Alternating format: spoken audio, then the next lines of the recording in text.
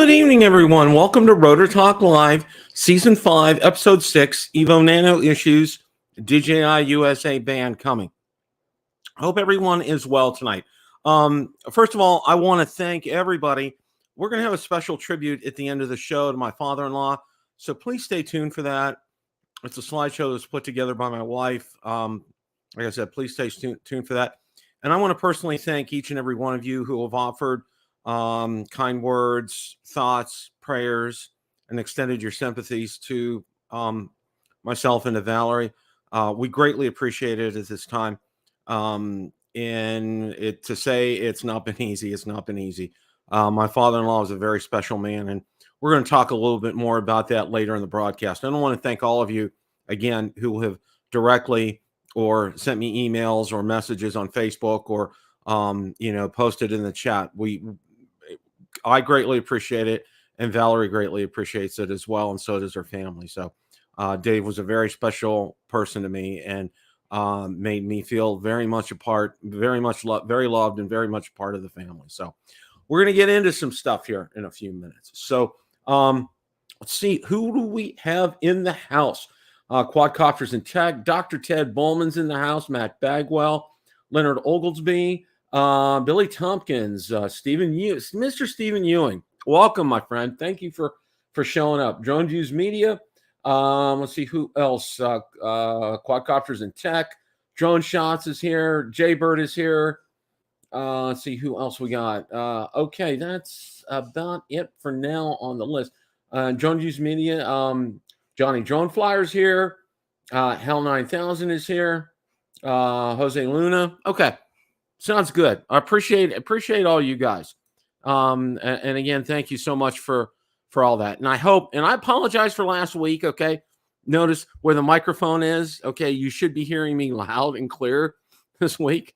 Last week, just, I had it to the side, and I usually do that when I get things set up, and then I move it to the middle here, and I didn't do that. So that was my bad, and I apologize for that. So,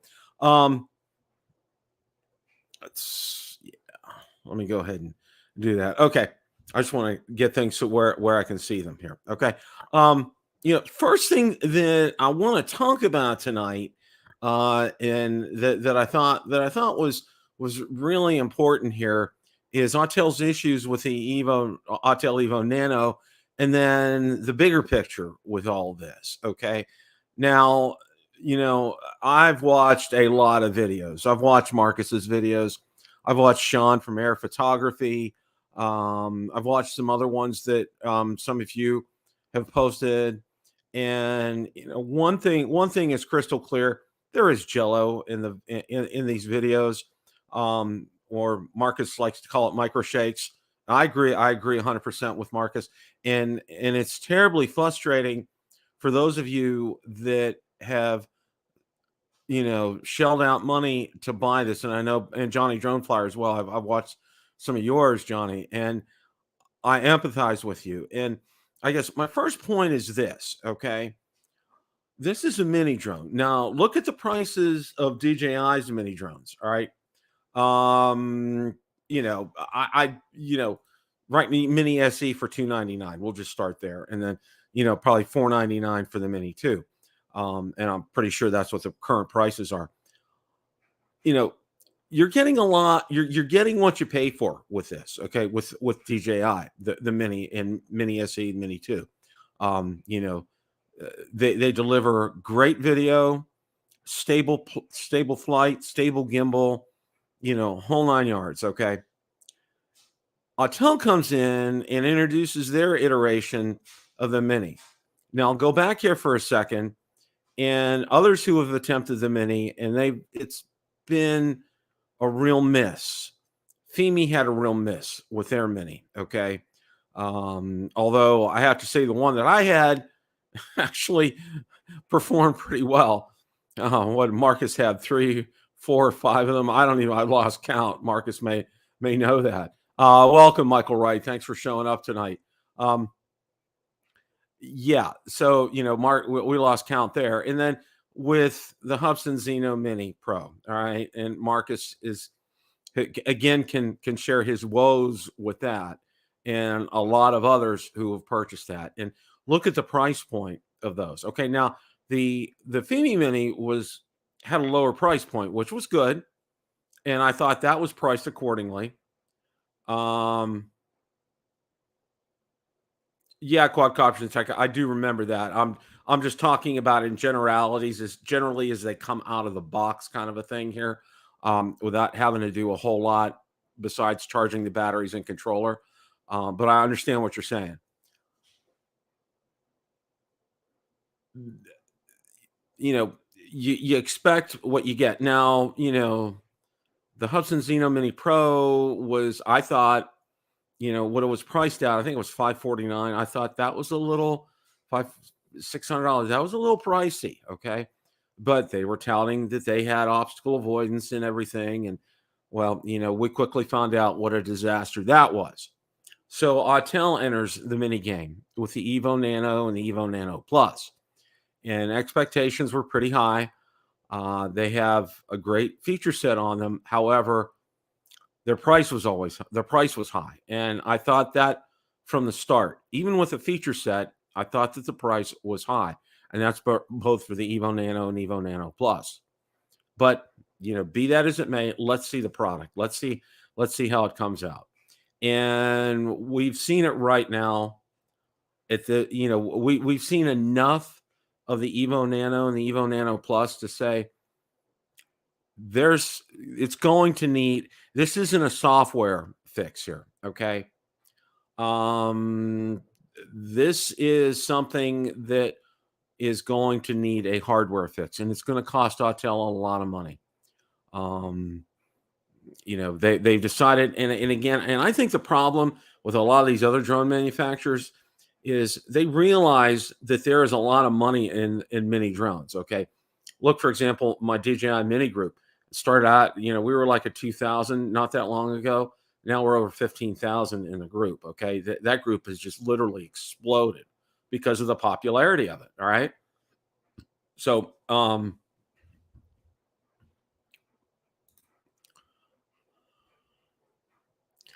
Matt, yeah, yes and no. I do think it was higher though. I do think it was higher than it should have been. And you know, in order to attract customers, you can't price yourself out of the market. All right. And especially, even with the feature set on there, really, the only real gain you were getting, you were getting that obstacle avoidance and a little bit better runtime, but to justify it being almost $200 more than the Mini 2, that's a lot, okay, and that's expecting a lot, and I think that was a little that was a little high, okay, that was definitely a little high, and that was one of the reasons that I paused, and I'm glad I paused because I thought long and hard about buying it, and and then having delivery issues. Let's just call it that. So with all that being said, is Autel in trouble? I will go on record as saying this. Autel, you better get your game on and get this issue fixed with the Nano Plus. I know that the Evo Lite and Evo Lite Plus has been a success from what I've seen, from the videos that I've seen. The video looks pretty good, especially that feature at night. That's a real winner, and they got something going there. But this could drag them down. They have to address it. They have to address it quickly, and they need to take care of their customers out there who already have the Evo Nano and Evo Nano Plus. My phone is getting notification. I'm sorry if it picked up that noise right there. But no, so this could pose a lot of problems for Autel if they don't get this addressed quickly. And they don't have the resources that a DJI has. All right. Welcome, Greg Pittman. Thank you for showing up tonight. Yeah. That's just, that's a lot right there. That's a lot of money that Autel is going to have to spend to correct this issue. And like I said, it's a hardware issue. This is not a software fix. Okay, this is a hardware fix, and it's probably my guess. If I were to venture something, it's something in the mounts, something in the way the gimbal is mounted on the drone. Whether they need to can give do-it-yourself kits to get it taken care of, or you have to send it back. Who knows what's going to happen, but something needs to be addressed with this, because this could be like I said, I think this is a make or break for Autel. I think if they don't get this resolved in a timely manner, Autel's going to be swimming upstream the whole time here, then over the next couple of years, instead of maybe being in the same, having DJI in their sights. That DJI won't even be in their sights because they'll be treading water. So that's where I think that is right there. I know, like I said, I've talked to Marcus. I've seen Sean and some of his videos. I've seen Johnny's videos. I've seen other ones out there, and I've seen some decent videos. Now, don't get me wrong, but almost all the time there are micro shakes and the jello is there, and it's just, you can't use it. It's not usable footage. It really isn't. It's just one of those things. And I really feel that way. So that's my spiel about Autel, and I'm kind of sticking to it.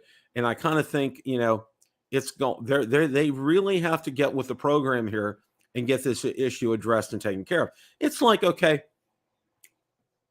Valerie and I are really enjoying binge watching some of these series that have been on television. Okay, we have Amazon Prime, and one of them was Designated Survivor with Kiefer Sutherland, where he played the president of the United States, and looking at damage control and having to get things addressed as a president needed to be done ASAP, or it was going to ruin him politically, or trying to run again for office to get his agenda done. And it's the same thing here for Autel. They got to get this taken care of, or it's going to be rough sledding for them as far as their business is concerned. That's what I'm going to have to say.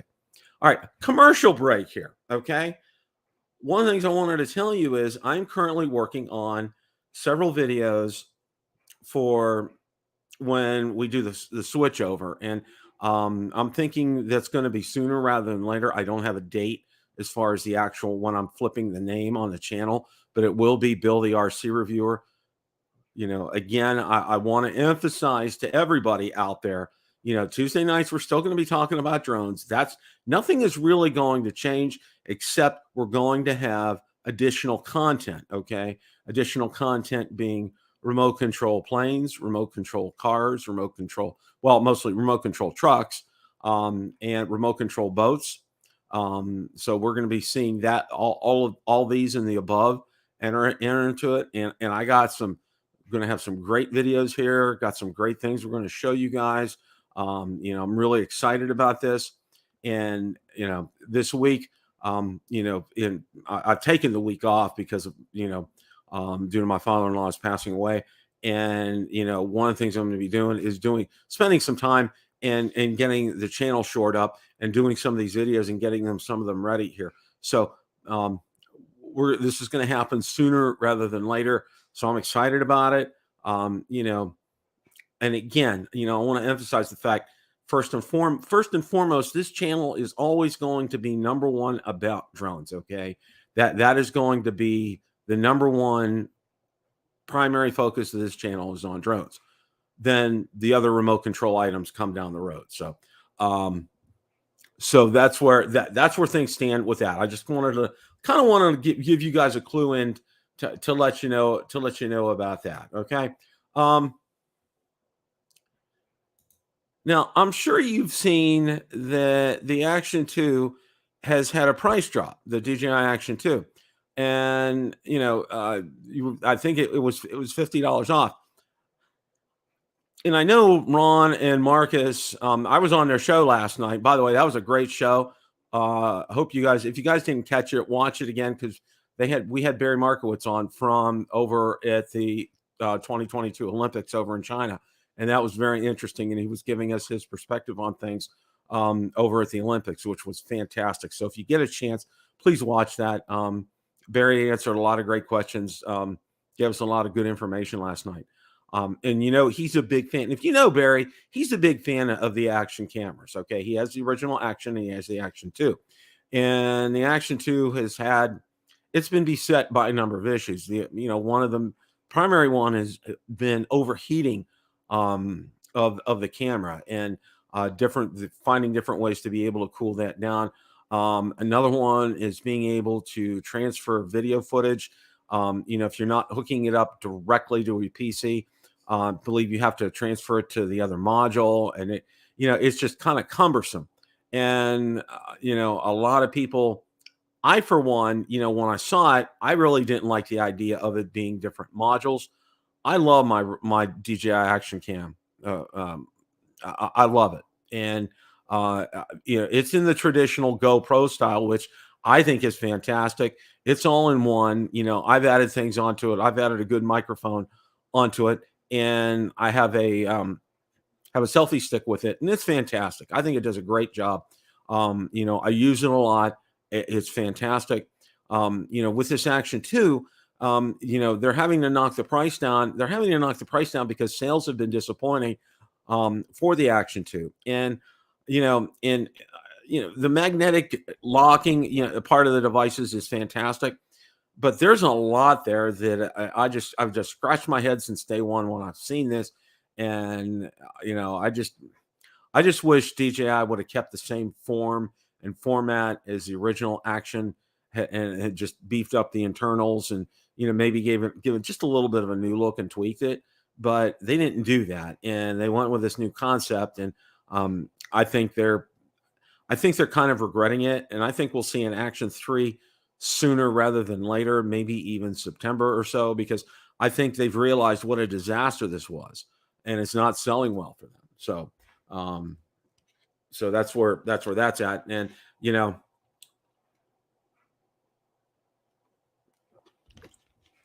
it's all about the business, guys. It's all about making money. It's all about, getting things done and getting, getting a good product into the consumer's hands. And to me, it wasn't a usable product. It wasn't something that I would want to be that I could use, on my channel, as far as, filming drones. I like to use mine to record takeoffs and landings on my landing pad. Sometimes I'll film little segments on it because it has that selfie stick. It's very nice to be able to do that. It's a very handy and useful tool, and I really like it. I'm glad I have it in my arsenal. But the Action 2, I couldn't figure out, in looking at it, and I'm just like, no, I got everything I want with the original Action, so I'm keeping it, and I've really enjoyed it, and I like it a lot. So that's where things are with that. So I keep hearing things, and I keep getting a lot of questions about when the Mini 3 is coming. Okay. And there really isn't any additional or new news on this, but, Bill the Drone Reviewer's intuition here said it's going to be sooner rather than later. And the reason it's going to be sooner is, we talked about Autel's issues that they're having with the Nano and the Nano Plus. And, I can tell you this, the Mini 3 is ready to rock and roll right now. Okay.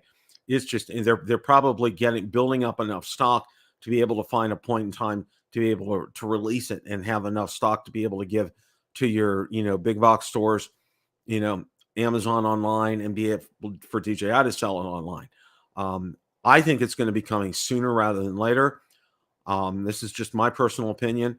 I also believe they want to take advantage of the problems that Autel is having with the Nano and the Nano Plus.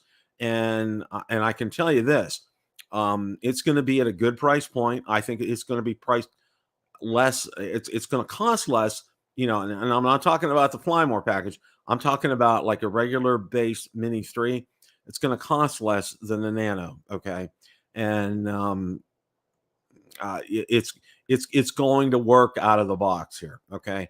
maybe with a firmware update, charging the batteries, getting things going, getting controller charged, hooking it up, and boom, you should be in the air. Okay, there shouldn't be any kind of issues, and that's what people look for. That's what I look for in a drone. Okay, and except for the DJI Mini, Mini SE, and Mini 2, Mini drones have been a big disappointment to me. The other ones that I've seen, Fimi, Hubsan, Autel, it's been a big disappointment. Now, mind you, when I say, even saying all this, I want to be able to let you know also too that I think I'm not everybody's saying quit bashing Autel. I'm not bashing Autel. Okay, I want to be really clear about that. Okay, when will the Mini 3 have satellite acquisition issues? Well, I don't know. That's a good question, Flying Flynn Media. That's a good question. I don't think it will. I think that it depends upon what kind of protocol. If they use the same protocol that the Mavic 3 is using, then I don't know. I don't know if they will address this before it comes out, even if it is an issue. It depends on if it's using OS 3, the OcuSync 3. We'll find out. My guess is that it will. And I think, that's definitely a software issue. That's definitely something that will be addressed. And, we're not talking about GPS. I have I got something coming in a few days on that. So stay tuned for that. And we will talk about the Mavic 3 here in a bit.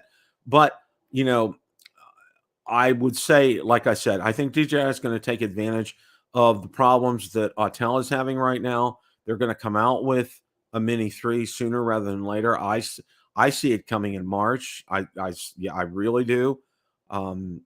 Spring will be breaking, and a lot of weather will be starting to turn, and that'll be an ideal time to get that drone out there, and and also take advantage of this time where Autel's having issues. And I want Autel to succeed. I really do. I really hope they do. But it will be coming. I think it's going to be coming sooner rather than later. So, so we'll see. We'll see about that. Yeah, I agree with you, Southwest Videography. Seems like the trend for DJI and Autel is to release products before they're ready for prime time and let the customers be beta testers. I don't like this trend at all. And Southwest, you're very, very correct with that. Mavic 3, I would say up to the the Mavic 3, yes. The other ones, no. The Air 2S, when it came out, there really wasn't anything that really needed to be done. Some tweaks here and there, but Mavic 3, yeah, it needed that firmware update to get some things taken care of. But Autel, Fimi and Hubsan, yeah, they, we end up being the beta testers for those. And I think Gorilla Man said it best. We weren't the beta testers; we were the alpha testers for, like, especially the Fimi and the Hubsan. Really, when you look at it, So this is just pure speculation on my part, but I'm thinking it will be around that kind of time frame that we're going to see that. So, all right, Mavic 3 after the firmware update. All right. I'm seeing a lot of, I had mine out on Sunday. I had some extended time on Sunday to fly, and it was great. The weather was great here on Sunday. And I'm impressed. I got several videos in the works. I have 4 more videos coming up on the Mavic 3. So stay tuned. Got one coming out, tomorrow. So watch for that. But, the one thing that I want to say about the Mavic 3,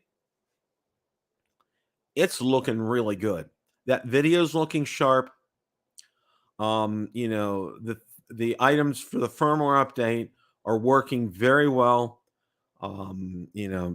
Still photography is fantastic with that. I took some stills of my house. The zoom feature, the updates have been good with that. You probably saw, and here's Ron. Hey, Ron. Hello, Bill. How are you tonight? Good. How are you, Ron? Doing well, thank you. Sitting here thinking about whether I should buy that DJI Action 2 with it $50 off, only $359 today. Yeah, I saw that. And I'm right now I'm still saying a big pass on that. I don't like the form factor of the Action 2. I know Barry's not happy hearing that, but it just doesn't appeal to me. Well, we're not world famous, world traveling journalists either, right? That's true. Barry has good use for it, and he takes advantage of it.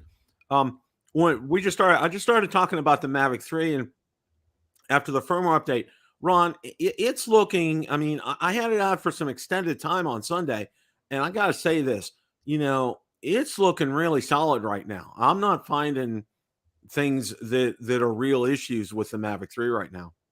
Bill, I got to compliment you on your testing the return to home features, because a lot of people maybe don't know that the Mavic 3 has two different options for return to home now. It has like the standard return to home, and it has like a new smart return to home where it avoids objects coming back. It doesn't necessarily go to a pre-designated height and returning. But speaking of return to home, here's one of the return to home masters here, Marcus Crawford from the Idaho Quadcopter Channel. This man's probably done return to home as much as anybody out there in the tubes, and he's getting paid $10 to promote Johnny's hat, so he had to do that. He's financially obligated.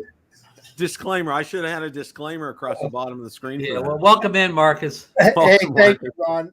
Return to home, I'll tell you, I know a lot of people, well, a number of big YouTubers will tell you that return to home is for emergencies only. I don't know. I kind of like it. For one thing, if I'm really intense on a flight, it kind of gives you a little break while the drone is coming back. Mm-hmm. And if not that, like for instance, the Mini now, you can rotate the drone as it's coming back, and you can use it kind of as a line fly, cinematic flight. And Ron, you talked about that. What did they call it? Smart return to home or intelligent return? I made that up. I don't know what it's advanced return to home. Yeah. Advanced. Keeping up with all this nomenclature is always a challenge. But the point, I know a lot of people don't like it. I found it to be awesome and fault-free. In fact, I've taken the drone and I've hidden it like behind a building and then hit that return to home. It ain't gonna run into anything, man. It'll find its way around whatever, and it comes in like an airplane, comes down and lands. Well, the one thing what they added was they added the feature to be able to used to not be able to set the height, and now you can adjust it to set the height. And in my test, I started out. Now my return to home height was 100 feet, and I flew on purpose at 75 feet. Okay. Because after I hit return to home, boom, it went up and it worked. And that was the big, people are saying, did it work? And I said, yeah, it worked because it went up. It did what the firmware update was. It got up to the prescribed high altitude and did its thing. So, that's a big win. Having and listen, advanced return to home can never be a bad thing because, we try to remember every time we go out, but because of firmware updates and various things like that, we sometimes forget to reset our return to home height under the old way of doing it, and say it gets reset to like 100 feet or whatever, and you're someplace where maybe you have a building or something at 200 feet. In the past, before we had advanced, it would run to the building because you were not aware that you didn't reset your return to home height. For now, even if you forget all that, it'll still avoid the building and come back to you. Let me give you an example that I have ran into in the past. A real world scenario. Yeah, a real world scenario. So what you can do with the advanced return to home is you can actually set that height, way up. Let's just say, for the sake of argument, 800 feet. Now, why would you want to do that? That's above legal height.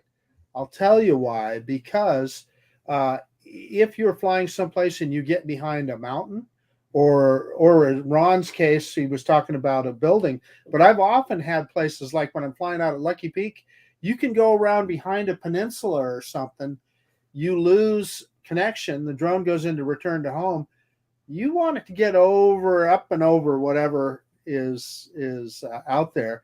Yeah. And the thing is, if you use that advanced return to home, it's only going to go high enough to get over whatever that obstacle is, and then it's going to come back down. Right, right. Well, I had Good, something good. interesting happen on Sunday.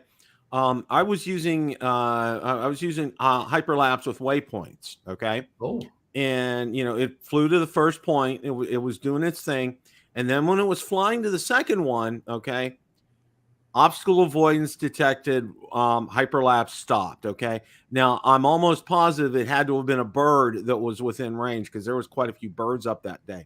So it did its thing. It stopped right then in its tracks. I hit the button and it processed the hyperlapse and hit return to home, and it came home and it worked fine. And see, that's one of the things I was so impressed that it sent something and it stopped. That really impressed me a lot.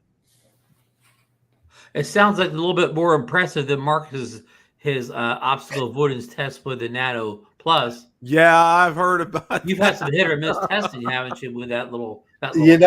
Yes, it's funny. I think it's hilarious that you just brought that up, Ron, because I flew that drone yesterday, and the obstacle avoidance. So I was testing the Freewell filters that Freewell sent me for it. Oh, Freewell. Yeah. Links down below, folks. Link down below. And I was testing those drone mask goggles, and I used the Nano to test those out as well. But that's beside the point. Every time I took the drone up, and if I stopped, no matter how high I was, it would give me a downward facing warning. It would be red, and it thought something was 1.5 meters below it. Not that big a deal, you say, because if you're stopped, okay, so what's the problem? Well, two things: incessant beeping, because the thing is beeping at you the whole time. Mm-hmm. And then if you're trying to descend in place, it wouldn't want to come down. It would come down, but just ever so slowly. And so what I learned is, to get the drone to descend, I had to be in forward motion at the time to get it to come down. Anyway, that's just a side note, but suffice it to say that DJI has obstacle avoidance down pat, and the little Nano needs a little work. And I want to also preface that by saying I have a very early model of that drone. Yeah. And Bill, Marcus, I've had this conversation proudly before, and see if you concur with it. As we were talking about the obstacle avoidance, and like Marcus always points out, most of these affordable drones do not have side sensing optical avoidance. That could get you in trouble if you're flying intelligent flight modes. But basically, the Mavic 3, the Mavic 2 Pro, and the Skydio 2 and the Autel Evo 2 are basically the only 4 drones that you can pretty much really trust the obstacle avoidance one, because all of them have a somewhat of a 360 obstacle avoidance system, and they all seem to be much superior in obstacle avoidance than these more affordable drones. Would you concur with that, Bill? Yes, I do. And I think one of the things that I want to bring up and get your guys' opinion on here, I think this, I don't want to understate the importance of Autel correcting the issue with the Nano and the Nano Plus, because I think it's make or break for them. All right. They've invested a lot in getting the Nano and the Nano Plus to market. And, other than DJI, there's really been no successful mini drone that's been out there. Okay. We all know about Hubsan and Fimi, and they're abysmal failures. All right. And right now, because I've watched a lot of videos. I've watched Marcus's, I've watched Sean from Air Photography. I watched Johnny Drone Flyers. I've watched a lot on the Nano Plus videos. Okay. And almost everyone, you could always see those micro shakes, the jello, it's there. Okay. It's just undeniably there. And one of the big things, and I kind of said this in my segment that I talked about with the Nano, is, when you're paying for that kind of price, okay, you expect it to work out of the box. Okay. You expect, I was expecting with Autel that there wasn't going to be any of these issues. Okay. That out of the box, you're going to be able to charge it. You maybe do a firmware update and good to go. Okay. But here we are, how many weeks into having the Nano Plus out, and, there's still all these issues ad nauseum. and it's going to cost Autel a pretty penny because this is a hardware issue, guys. This is not a software fix. And what I feel, I kind of feel bad for Autel in a way because I don't check every day, so somebody's going to say it's there nowadays. But Marcus and I check every so often on American sites like Amazon.com and Best Buy, and the Nano or the Nano Plus don't seem to be really on sale in the U.S. I mean, they're coming from Autel drone pilots and what's the Chinese store? Not that good. AliExpress. Yeah, but they don't really seem to be, in normal U.S. markets as far as being sold. So is that on purpose? Is that because Autel corporate really hasn't, officially released a drone for the U.S. and I don't know. It's just coming out of the back door? I mean, that's I don't kind know. of I mean, what maybe basically we always joke about when we get the hups and so on that we're using beta units, but maybe really these early adopters are the beta testers, and the real Autel Nanos not here yet. You could be right. Bill and Ron, I've got some breaking news for you, and you're going to have a first on Rotor Talk Live, Bill. I have a solution or Autel has a solution to the problem with the Nano Mini. I've been in touch with Autel, or they actually contacted me. So here's the issue: the drone has a problem with the little rubber or silicone connectors on the gimbal. There's two of them at the back that are installed incorrectly. And, as we all thought that it was a mechanical problem, right? We all knew that. Everybody's saying, well, firmware will fix it. Well, I've never seen firmware fix Jello in a gimbal. I haven't. Maybe it has, but I have never seen it. But anyway, Autel is going to correct all of those people that have drones that have that issue. And in fact, I was putting together a video on it. But Bill, you brought it up, so I broke the news right here. You heard it first here, folks, on Rotor Talk Live on Tuesday night here from our Nano Plus expert, Mr. Marcus Crawford here. So, and Marcus, and you know what? And this is one of the things, and I know Marcus is good at it. Ron's good at, we will email these companies. Okay. We will message these companies. All right. We will interact, whether it's via Twitter, email, Facebook Messenger, we'll get in touch with these companies. We'll provide them this information and they get back to us because, they realize, some of, we're not super large channels, but you know what? They realize that we have a great following and that people are really interested in what we have to say. And people really follow what the information that we provide. And, we're out to look out for all of you guys. Okay. That's one of the things that I think, I can safely say for the three of us and everybody that I know that has a drone YouTube channel, that is really invested in others out there is, we go the extra mile because we wanted to make it a great experience for you. We want companies to succeed. We want these products that we spend $500 and more or plus more dollars on to work. Okay. And this is a great example here. What Marcus just shared with us of going that extra mile, being in touch with them, providing them flight data, pictures, video, whatever they need, going out there and doing that. And then, working with them because they want their products to succeed. They want to be able to do that. And I really think Autel gets this solution out to the people that have had this problem. Okay. This is going to go a long way for them, and it's going to Now, I also think too, okay, this is another thing, and this is just me. I still think they're overpriced. I think the Nano and Nano Plus are overpriced. Hey, Bill, could you highlight Matt Bagwell's comment in the chat? He's about 10 comments back from the bottom. He's asking Marcus a question. Yeah, and so before we get to that, Ron, I would like to ask Johnny Drone Flyer if he's okay with me telling his story. Johnny, if you'll just give us a yes in the chat, I'll tell the story of your Nano. But here's what I'll say about Autel. they recognize the problem and they're very concerned about it, and they're dedicated to getting it fixed up. And if we hear from Johnny here, I'll tell you how. And I see where Matt's coming from, Marcus, because in the past year or so, we've seen in the past couple years, we've seen companies like Hubson and Fimi. They'll take care of the big YouTube channels, the influencers, but they don't take care of just the regular guy. Yeah, and in this case, I'm confident they're going to take care of everybody.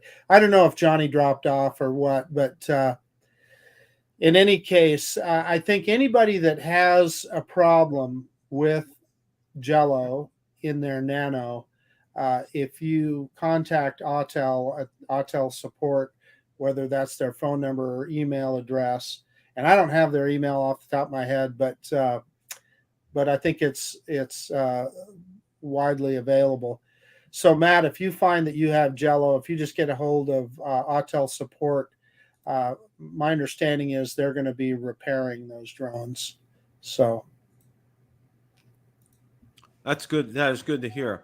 Yeah. One of the things that, the last subject of the evening that I really wanted to spend some time talking about is DJI USA band coming. And there was an update to the article on Drone DJ, and this is the only article I've really shared it all tonight. And I want to go ahead and get this here. So let's get this up. All right. DJI US Wells continue with report of state funding by China. Update. I'm going to cover the update here. Update. The Chinese government has not invested in DJI, he told Drone DJ. DJI is privately held. The company is solely managed by and majority owned by the founder team. Shareholders other than the founders do not participate in the company's management and operation, but act as financial investors whose sole aim is to earn financial return on the investment. Okay. I thought this was worthy of talking about because I know there's been quite a bit of discussion on how this is going to affect the consumer drone market for DJI. First of all, the one thing I want to say before I ask you guys the question is I don't see it affecting drones for this year, for 2022. Okay. However, all bets are off after 2022.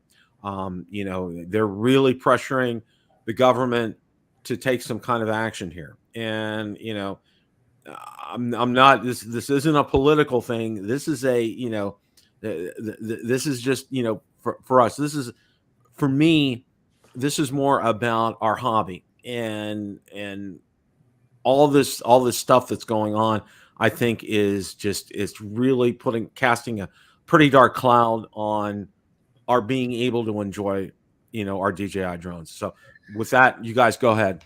So I would have dismissed all of that stuff up until recently, the last several months. I always just thought it was a bunch of hot air, people posturing, political posturing and so forth. But Bill, it's starting to get some traction. And Ron, you know it too. It's starting to get some traction.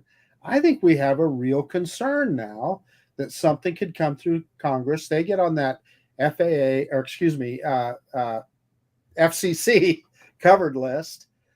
And that essentially puts them out of business in the United States or any of their new products. Our legacy products would still be fine, but, I suppose they'd still be supporting that stuff worldwide. So why wouldn't they support it in the U.S.? But it could happen. And, honestly, that's why we need companies like Autel to be successful as well. So, yeah. Well, in the, I don't know if I read Drone DJ's article. I think I read a different article. It could just be a repost. They do mention that this the senators. Let me get the wording down here. The Countering CCP Drone Act is what the senators are putting together in Washington. It's like 3 or 4 senators that are heading this up, but. They talk all drones in China. So that being made in China. So that would include Autel too. So we don't lose just the number 1 drone company over here for consumers. We lose the number 2 drone company also. So it's a bigger deal than we initially thought. Now I read through the the I'm state. glad I kept my old Autel, my Parrot drone. Enough, yeah, Yeah. and you still got Skydio. But Yeah.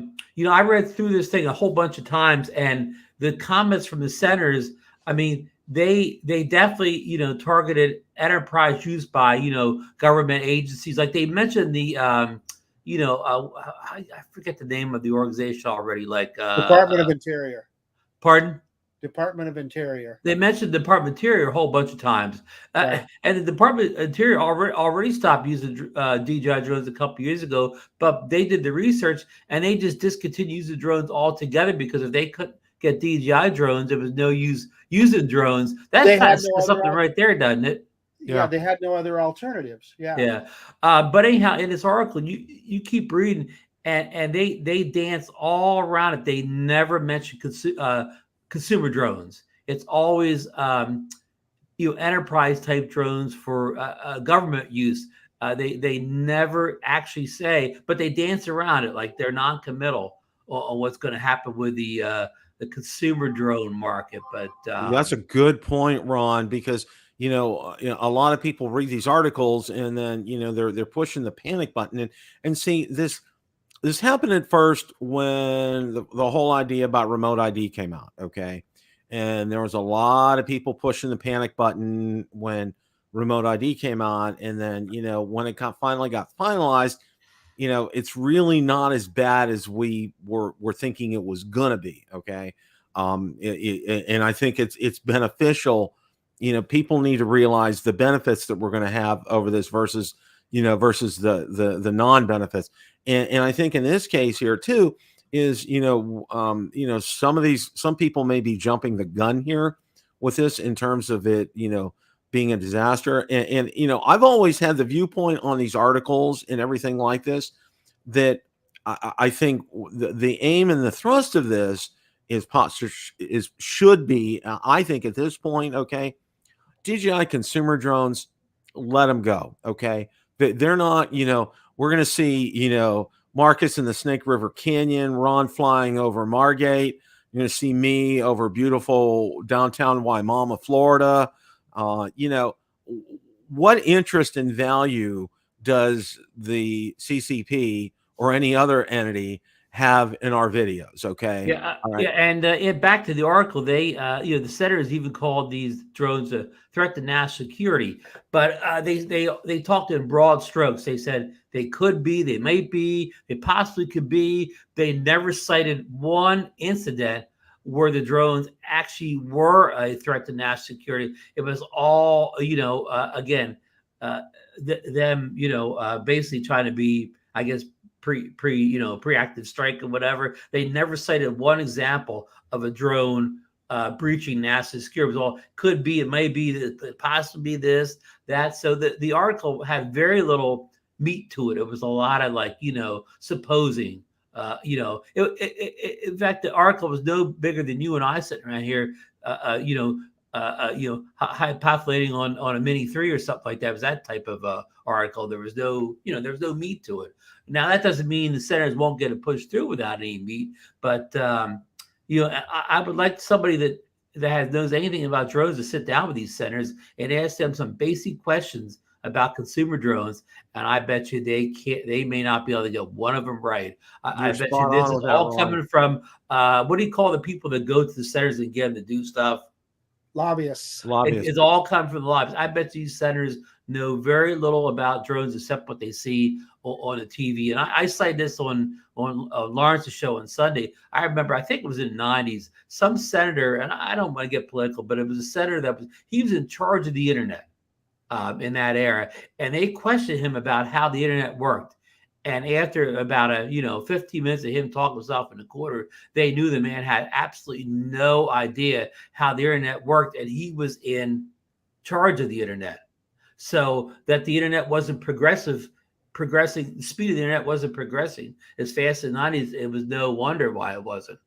You have somebody in charge who's not really, abreast of how, how things operate. So, it'd be nice if somebody with a little at least just a little knowledge of drones, consumer drones, would be somehow involved in the decision-making process. Well, I'd vote for you, Ron. And I'm getting down off my high horse now. I'm done. You got my vote, Ron. Well, Southwest Videography, I doubt our drones film much more than what the Chinese satellites can see. I mean, and that's spot on right there. And I mean, there's a good point. Why would they need infrastructure of me flying over something where their satellites could just grab it from space? I mean, how do they know I'm ever going to fly over anything good? Where they just grab it from space? And don't think, they have espionage as well as we have espionage, and also, the photography, and, they have the sophisticated military drones that do the flyovers as well and can see these things, and they don't need the data from these drones. And Bill, your DJI drone won't take off around a sensitive military target anyways. It's a no-fly zone. It won't take off, and you're not, like if I wanted to, I could not take off.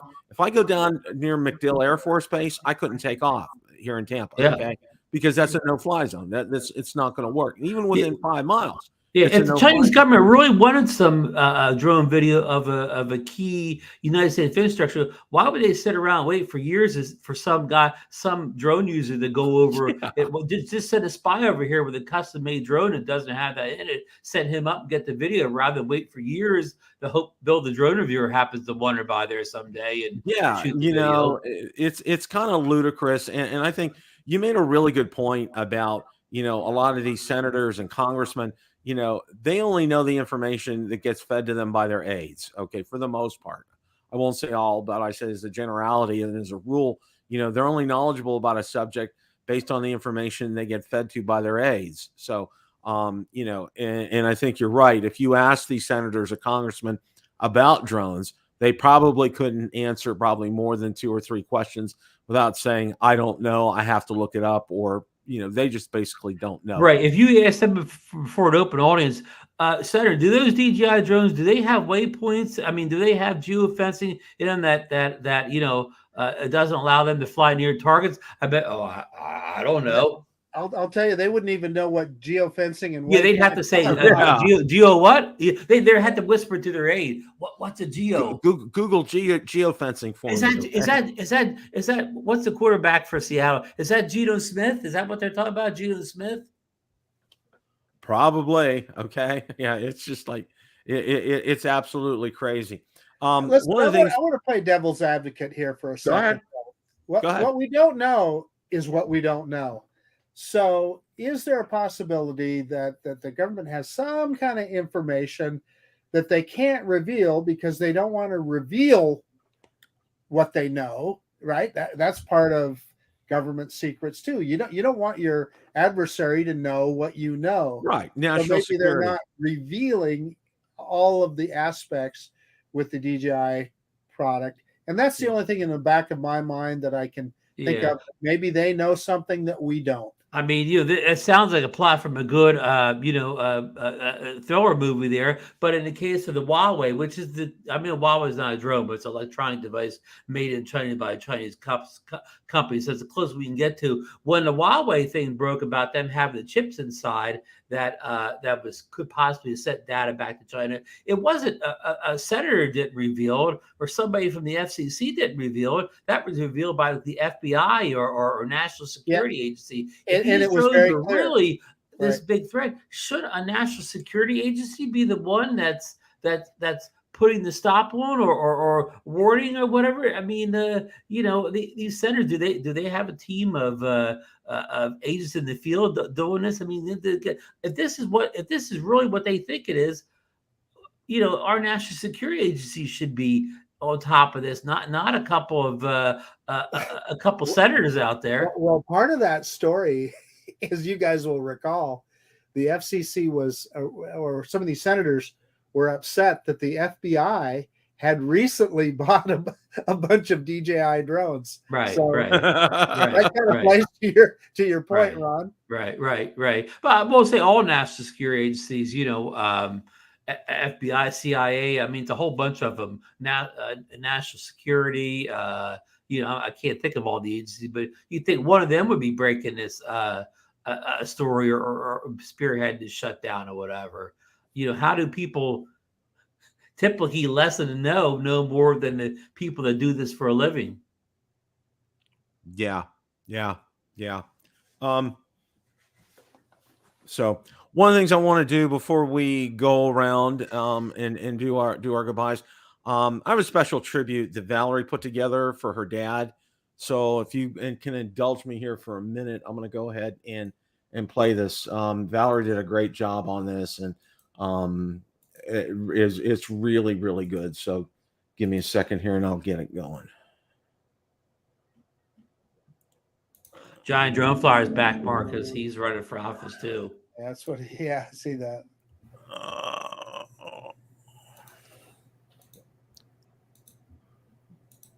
Hello, Uncle Bill. It's 1 minute 32 seconds.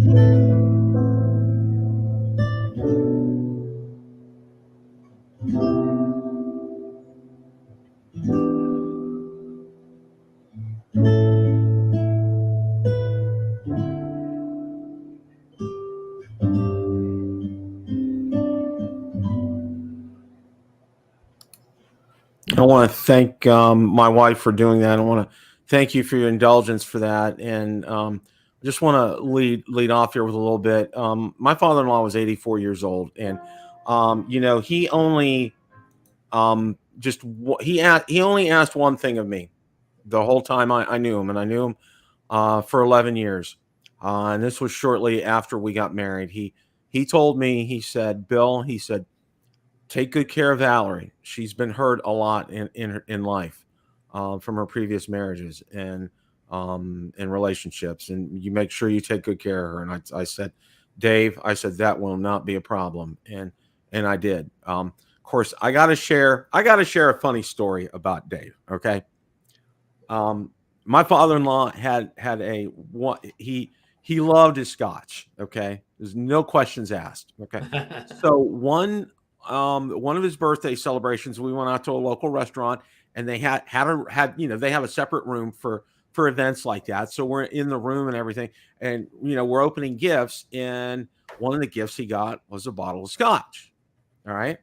So what does my father-in-law do in the restaurant? He opens up the bottle of scotch, pours it, and starts drinking. And I look at my wife. I said, we're all going to be arrested. We'll never be able to come back to this restaurant. Was it bring your own bottle type of establishment? No, it was not. It was just like, I was like, oh my gosh. I said, I hear the sirens coming now. And everybody was just amazed at him being able to do that. Oh my gosh. It was just, they have it. I don't have they had it in PA. I don't have it in Florida. What do you call those people? They wore the jackets in PA, the alcohol enforcement people. You know what I mean? I remember that. Yeah. Do they have them in Florida? Yeah. I don't the guys with the jackets that pull up and confiscate your case of beer. It was just, as you try to get into the dorm. Yeah, it was absolutely funny. And all the time he was the king of sarcasm. Oh yeah. I'd walk up to him and say, how you feeling, Dave? He said, with my hands. Okay. He was just, and I got to say this, every one of his kids. He absolutely loved them, and his wife. They were inseparable. My mother-in-law is doing about as well as can be expected right now. They were married over 50 years. Wow. So it was kind of rough. Are they native Floridians, or are they? Well, no, my father-in-law, my mother-in-law is. My father-in-law was actually born in Illinois, and Valerie was born in Illinois. They moved down to Florida when she was about 8 or 9 years old. So basically, they're I call them native Floridians, but Dave spent part of his life up in Illinois before he moved down here. So he's kind of like you. He used a little cold weather from back in the day. And Valerie remembered snow. I've asked her, and she said she's remembered it, and she said she did not like it back then. So, and then when we've gone up north when it's been cold, she has not liked it. She says, "I am so glad we live in Florida." Okay. Well, it's a good thing she didn't visit the Jersey Shore in January. Oh, well, yeah. Well, it's like the weather ain't too good right now. For us, it's like in the low 50s and rain right now. So it's really kind of for us. So yeah. Well, Bill, one more thing before we get here. I want to thank you so much for joining us last night on Drone Nation for that special show with our good friend Barry Marcus, who has supported the three of us for a number of years now. I got to say this. I want to thank you for having me on last night. That was fantastic. I learned so much. I thought I didn't know this till Barry said this last night. He said, I thought he was there as a photojournalist, and no, he's not. And that surprised me that he's a member of the delegation. And that's pretty impressive. Okay. And I got to say this about our good friend Barry. And Barry, if you're watching, okay, you are a go-getter. Okay. You are someone who gets out there and gets things done. You're a mover, you're a shaker. And I think the drone community is better for having you and knowing you. And he's coming to Ray Kelly's event, isn't he? We got to pick him up at the airport, Bill. Awesome. Hey, but Uncle Bill helped out. LCB is what I was trying to say. Liquor Control Board. Okay. He's happening back in PA. Yes, the Liquor Control Board. Yep. Oh, yeah. Because remember, you remember, Bill, PA doesn't have. They have state stores, so you can't get caught buying that beer from any place else. Or alcohol. You got to go to your local state store. Oh yeah. PA's got funny alcohol laws, Marcus. Probably the funniest ones in the country. Same thing in Idaho. Well, really? I lived in a town. I lived next to a town up near Columbus. It was dry until the mid 1980s. You couldn't buy alcohol there. Well, you know how I always talk about Ocean City, New Jersey down here. I'm up there in the boardwalk all the time. They still are a dry island. You cannot buy beer or alcohol on the island. Now, just across the bridge in Summers Point, they had the most profitable liquor store in the whole state sitting right there underneath the bridge, but you cannot buy it on the island, and no restaurants can serve it on the island. I don't think you're even allowed to bring your own bottle on the island. Oh, wow. Yeah, so it's it's an old school, kind of religious settlement back in the day. Wow. Okay. That's news. And they still make a ton of money up there. So anybody tells you got to have alcohol to make money, I can show you wrong with Ocean City. Oh yeah, I've been there before, and I know it's a wonderful, wonderful place. It really is. You can't get any beer, but you can sure get a lot of you can get good old PA Birch beer, Bill. Bill, you remember Birch beer growing up? I sure do. Marcus, we need to get you some of that. I told Marcus, well, he's coming. He's getting a boardwalk. He's getting a boardwalk slice of pizza and a Birch beer. And sometimes the Birch beer, they have in the same containers. They had the real beer in those steel barrels. Mm-hmm. I mean, Birch beer, real Pennsylvania Birch beer, Bill, is as good as it gets. Mm-hmm. Oh yeah, Southwest Videography. We called them package stores in Massachusetts back in the day. Absolutely, I remember. It was the state liquor store. We'd go down there, and it was a scary place. It really was. I don't know why. Every time I'd go there with my dad when he would be getting, it was kind of a scary place, and the person at the counter would give the evil eye when you walked in. Yeah, but what was really weird, you could go. There were a lot of beer distributors. I mean, they could sell beer there, okay, but that's all they could sell. But you couldn't buy just a beer. You had to buy it by the caseload. So you had to buy it by the case. If you're a poor college student, you can't just go in and get a couple beers. You need to have enough money to walk out of there with a case. And you had to go to a beer distributor and buy at least a case. I mean, yeah, that's the way. you know, you drive through and open up your trunk and they throw it in your trunk for you and you hand the man, flip the man a 20 and you were gone. I mean, that was pretty much it. But you gotta have 20 was a lot of money in those days, though, Bill. Oh yeah. You gotta have yeah. 20. So you got any closing thoughts there, Ron? I just want to, one more time, I want to say, rest in peace to your father-in-law, Dave. Sounds like he led a good life, had a lot of great children, and he made the most of his 84 years, and that's all we can really ask of our time here on Earth. Thank you, He Ron. had a long life. Sounds like he made the best of it. So rest in peace, Dave, and Marcus. You have any thoughts? Well, I'm going to echo what you said, Bill. Our hearts are with you as well, and particularly with Val. So give her our best and just cherish those memories. I'm coming up on the 1-year anniversary of losing my father, and let me tell you, the memories are starting to flood back in again, and that's just kind of the way it works. But life goes on, and he sounded like an amazing guy. So he really was. Thank you. He was a lot of fun to be around, and I just enjoyed it. And he always had some kind of wisecrack for me all the time. Okay, he would give me a lot of grief if I'd be wearing any kind of a Pittsburgh t-shirt. So what are you wearing those for? You don't live in Pittsburgh anymore. You should wear a Tampa shirt all the time. He'd give me grief over everything, but in a good way. He really was. He was just absolute heart and soul. And what a great guy he was. And I have nothing but good memories. And I'm very thankful for, spending time with him, getting to know him, and for just lots of laughs, lots of good times. And that's what life is all about. And I'll tell you what, too, kind of close things up here and close shop tonight. It brought back some memories too, because my father-in-law went to the same hospice that my mom was at here. As you guys know, my mom lived with us last year before she passed away. It was the same hospice. And, just real thankful. They took exceptional care of my father-in-law as they did with my mom. They're wonderful people there. So anyway, all that being said, and I want to thank you guys, everyone who's offered a note of sympathy, condolences, well wishes. I've passed all these on to Val and to the family, and they really greatly appreciate that. I do as well. So, it's always a great day to fly, guys, but somewhere else other than Florida, I'll tell you that right now. Have a good rest of your week.